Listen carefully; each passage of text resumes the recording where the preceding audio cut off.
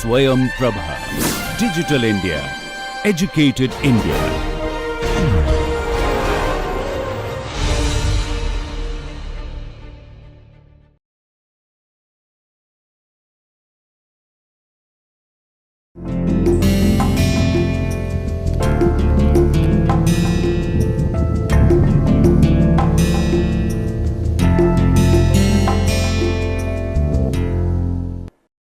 Hello and welcome to our course Marketing Management Part 2.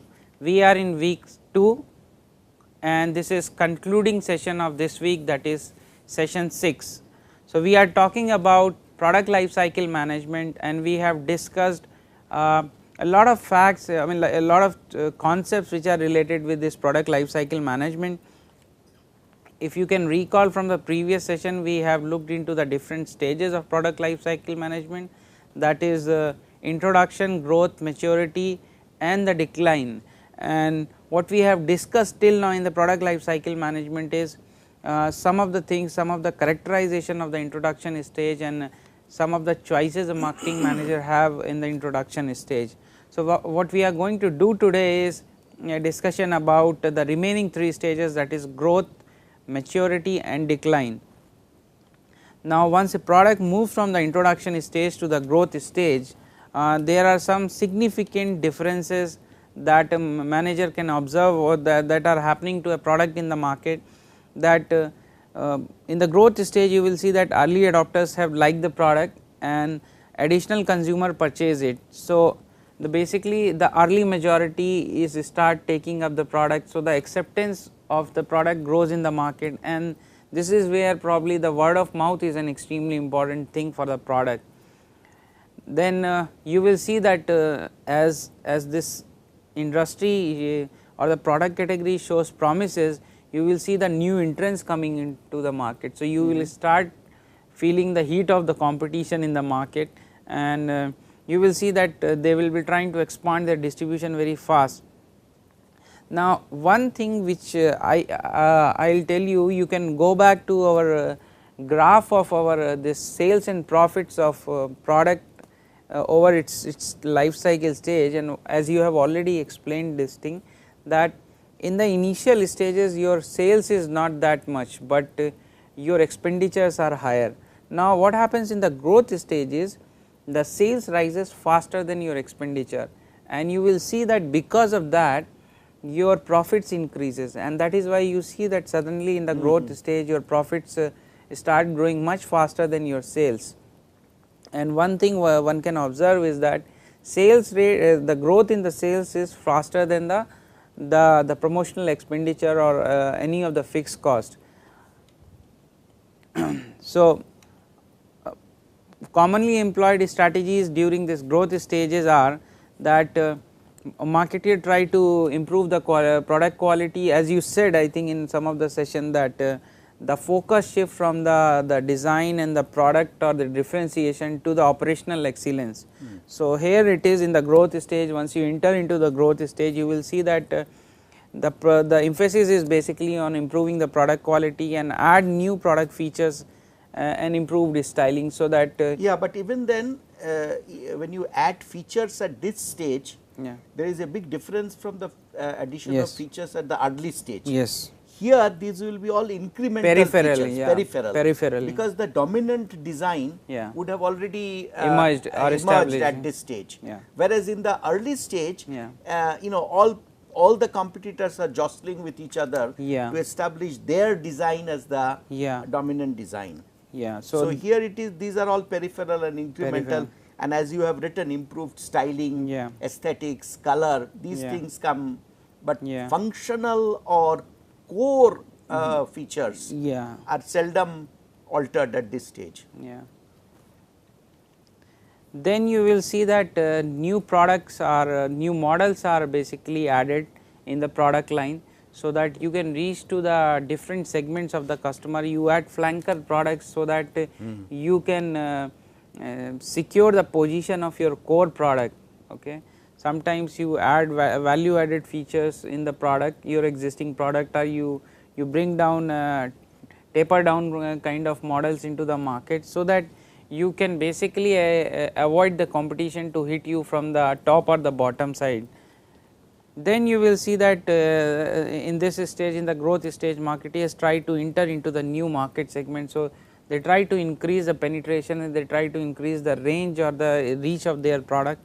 The distribution system is expanded. The last point I think is extremely important, that distinguishes basically the growth stage from the introduction stage, is that while your emphasis or your focus in the introduction stage is to make customer or the market being aware about the product, you first try to create knowledge about the product in the market.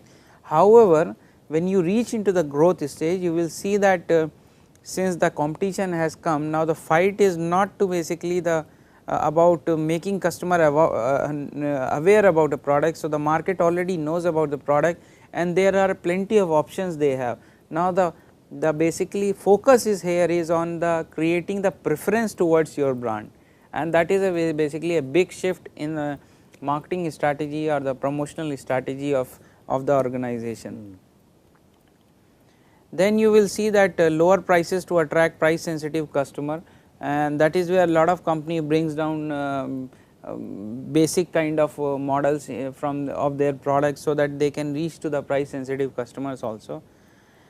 Then the next stage is a basically maturity stage after this growth stage, where you will see that product almost reached to a saturation stage. The sales, as you have said, that initially it is still growing, but after a point it becomes stagnant, and then at the later stages of the maturity stage you will see that the sales start basically on a decline side.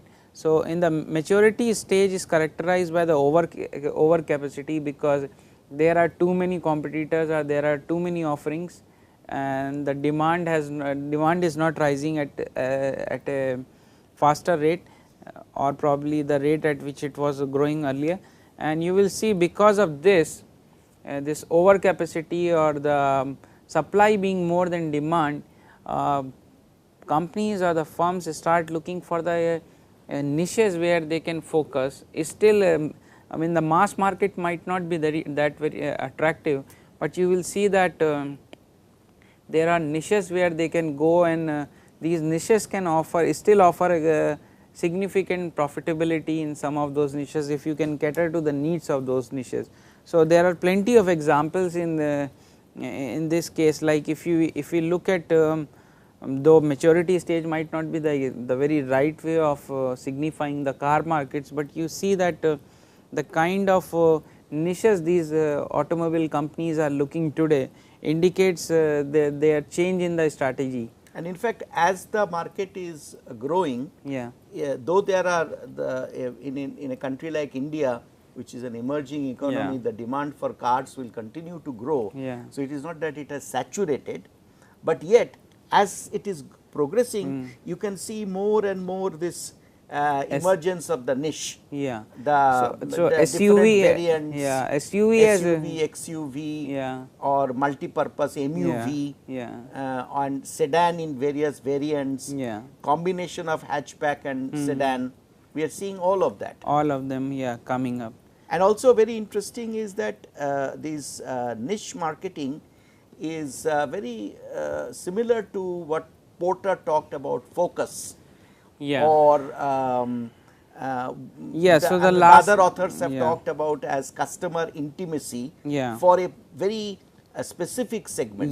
So, like for example, I can say that laptops, which is definitely kind of reaching a maturity stage in even in a country like India, and therefore we see niche emerging, like laptop for fashionable women or laptop for working professionals, which there were this whole series of TV promotion with film actresses, and where the laptop is shown as a lifestyle product, actually as a lifestyle product with different colors, it being very lightweight and it can be put inside a lady's handbag and so on. These are the characteristics of the emergence of the maturity stage and the niche marketing. And as you were saying, I think the last point did talk about that Porter's generic strategies, whether you want to be a cost leader or whether you want to focus on the quality or whether you want to focus on the customer intimacy. So, these are some of the options that marketeers do try to basically adopt in the maturity stage of the product life cycle.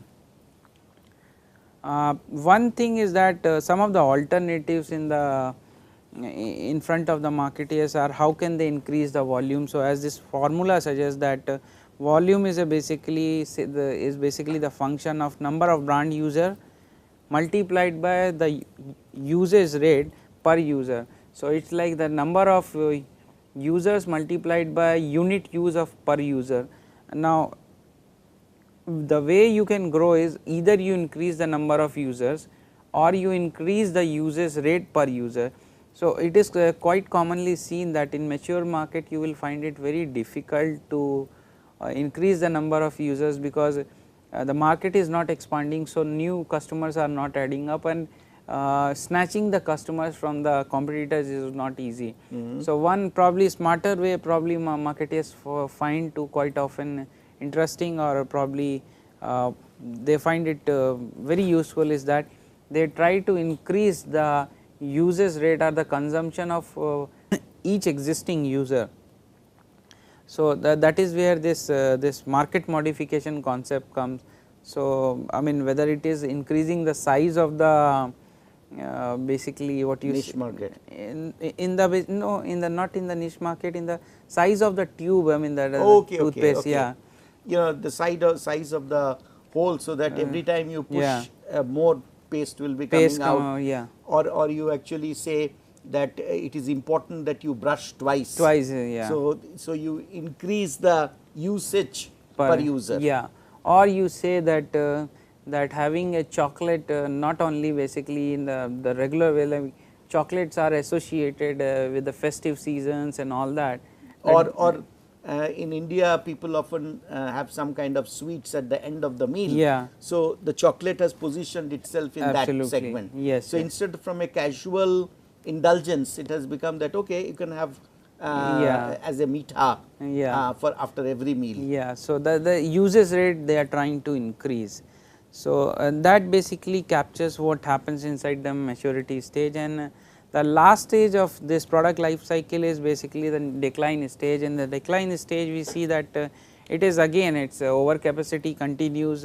You will see that because of the intense competition people are fighting with the price cuts, and this is not a very probably good situation for a firm, because you will see that your profits are going down at a very fast rate. Now here you have the decision whether you want to continue with that product or you would like to stop producing or stop marketing that product. So, at this stage there are hidden cost of carrying weak products in your product portfolio. These are basically, you basically have to provide, the management has to provide disproportionate amount of time, because there is too much competition, there are so many problems attached with that product, and the management time is disproportionately or not if you look at the profitability of the product and the manager's time, they are not probably in the similar ratio.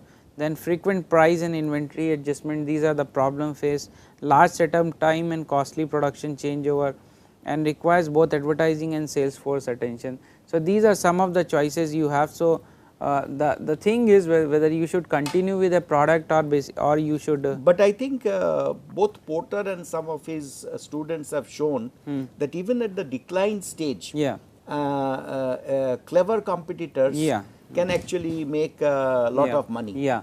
So, you have choices. I will just go into that you have choices. Either you can exit the market, but as you said, sometimes some smart marketeers will probably still stay in that market, take out the investment from that product and try to increase their profitability. And what happens is that many competitors can exit the market. Yes, yeah. So, what it may happen is that suddenly there are very few people left, and then the market again becomes worthwhile for those few players. Yeah. Because even though the demand is shrinking, because there are less number of competitors as opposed to the growth stage, here per competitor enough business may become available to keep it sustainable. That is why we often see that there are some products they take a long time to really completely die. And in fact, we also see that in certain cases like automobile parts and all that components, when the product has is going out of the market, you will see that the components rates which are rarely available at many places, the components comes at on a relatively higher prices. So, because if you have a customer base and they want that product, so marketeers can increase the price and probably try to harvest that. One thing here, the last thing I would like to emphasize here is that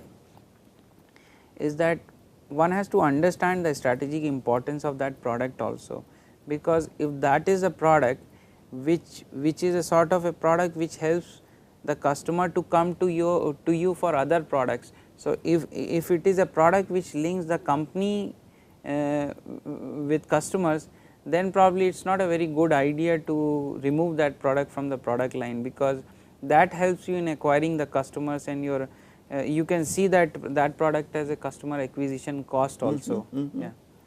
Sure. So, this basically these are the different things which goes into this decline stage. And I think we complete the product life cycle concept. And I thought that actually at this stage we can take up an interesting example to illustrate the different issues about product life cycle that we have been discussing. Also that new product, the challenges that are faced by new products, and the other point that we made in an earlier session, that this challenge is a continuous challenge. So, in today's market you can become an innovator, you can get success, but you have to be a continuous innovator to remain on top of the market. So, I thought I will use the example of these beverages, which is a very large market in India, almost 100,000 crores of rupees, and so as we all know that initially and even today the carbonated drinks they constitute nearly I think 40% of the market. Then we have the fruit juices, they constitute another 10% of the market, pretty stable these two, 50%. The rest 50% is kind of open. There is water in that segment, there is flavored water in that segment, there are milk based drinks in that segment, and there are also flavored like Limca and other, or this new emergence that happened, which is actually like lemon drink, traditional Indian drinks like Nimbu Pani is coming. This Nimbu Pani is coming here, and it is called Nimbu Fresh or something like that. And there is a product called Nimbus also. The Nimbus, and so these are actually, they all are jostling in that rest of the 50% space. This or just normal water or milk based drinks, whereas these two kind of are 50%. This market is growing now slower. The overall beverage market in India, particularly this casual single serve, you know, which you just want to have and which is normally people consume it cold.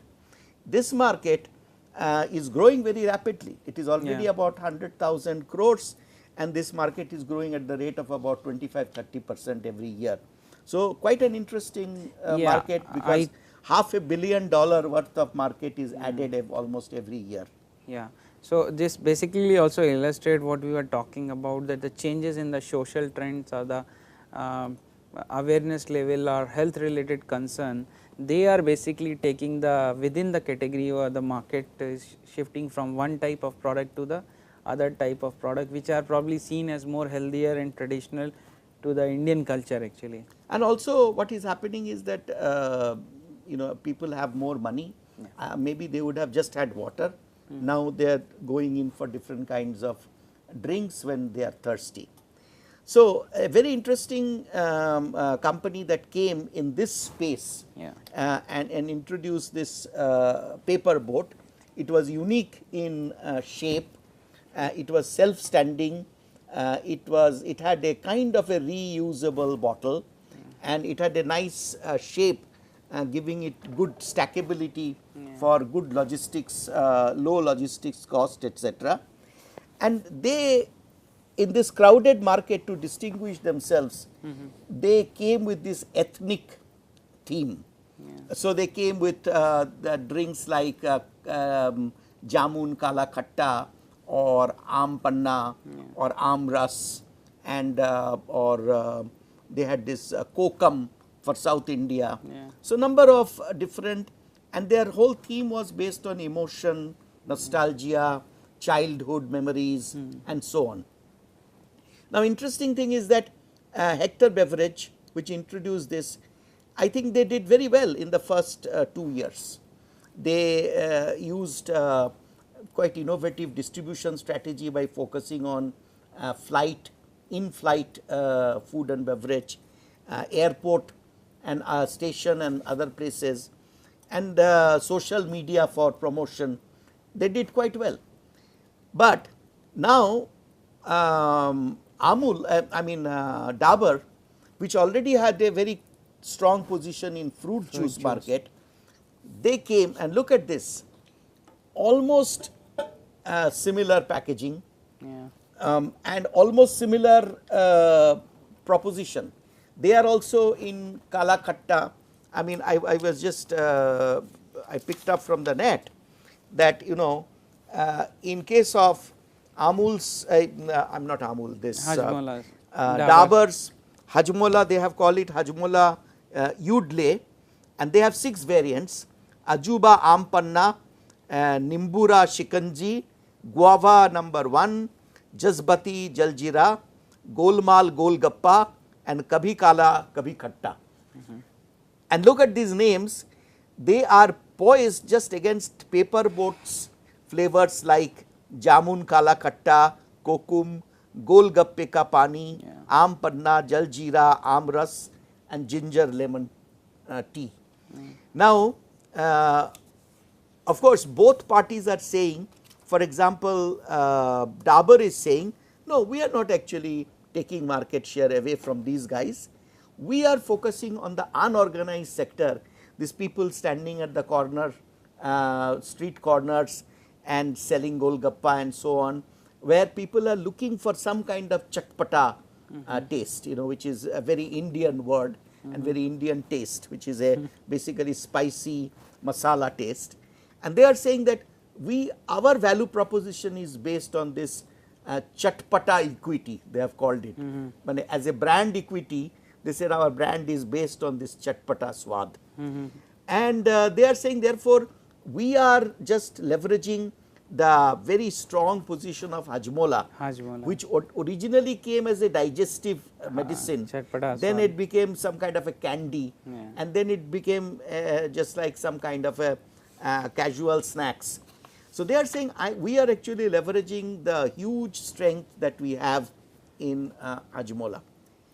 Now, what are these people doing? So you see here is a very innovative new drink that comes, tries to create a new space for itself, is immediately challenged by an incumbent, which is also early leaders. So this early leadership is threatened by an older leader from another segment, and they come in with this different price position, and very clever pricing also done by Dabur. They could have priced it a little lower than the market leader. Instead of, they actually priced it equal or higher by changing the packaging size. The size is bigger. Size is slightly bigger. But this, of course, is now what is the response? The point is that, therefore, you may be a leader, you will have challenge, and you have to continue to innovate. So these people, what they have done is, originally they had only one size. Now they have come up with 3 sizes. This, in fact, is a little smaller size. So this, I think, costs something like, I think its MRP may be 30 rupees. This is MRP is, I think, 25 rupees, and they have actually also an MRP of 30 rupees. They also have something which is slightly bigger in size, and very impressive that these people have now immediately after this threat, they have introduced I think 7 or 9 different flavors. I think the interesting study that you can make in your market with these soft drinks and beverages, that what are the soft drink, beverage, cold beverage consumption habits in your locality.